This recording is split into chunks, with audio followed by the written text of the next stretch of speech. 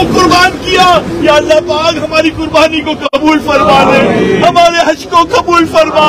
ہمارے حج کو قبول فرما، سب حاجیوں کو بخش دے اللہ، تجھے حضرت الیاس علیہ السلام کا صدقہ بخش دے، حضرت خضر علیہ السلام کا صدقہ بخش دے، یا اللہ ہمارے گناہ معاف کر دے، یا اللہ ہم سب سے راضی ہو جا، ہمارے ماں باپ سے راضی ہو جا، ہمارے بھائی بچوں سے راضی ہو جا، ہماری بیوی بچوں سے راضی ہو جا، یا اللہ پاک جو آنے کے لیے ترس رہے ہیں آئندہ سال ان کو بھی حج کی سعادت نصیب کر، یا اللہ زندگی بھر ہماری تقدیر میں ہر سال حج کی سعادت عطا فرما، ہر سال شرف حج کا پاؤں، میں ہر سال شرف حج کا پاؤں، تمہارا مدینہ دکھایا،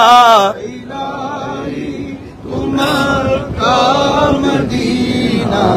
دکھایا، اللہ یہ تیری رحمتوں کے نظارے ہیں، اللہ تیری 100 رحمتیں ہیں، انسان کسی انسان سے ہمدردی کرتا ہے، ماں اپنے بیٹے سے محبت کرتی ہے، یہ 99 رحمتوں کا ظہور تو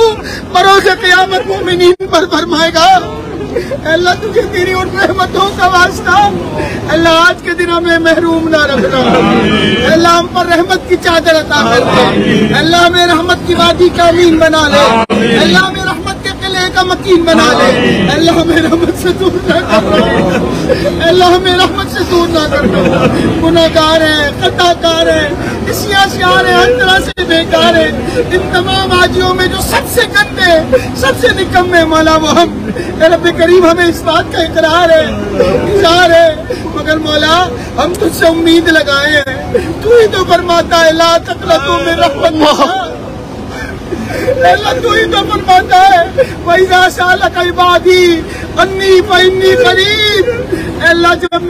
جب میرے بندے میرے بارے میں سوال کریں تو میں ان کے بہت قریب ہوتا ہوں، میرے نبی نے یہ بتایا۔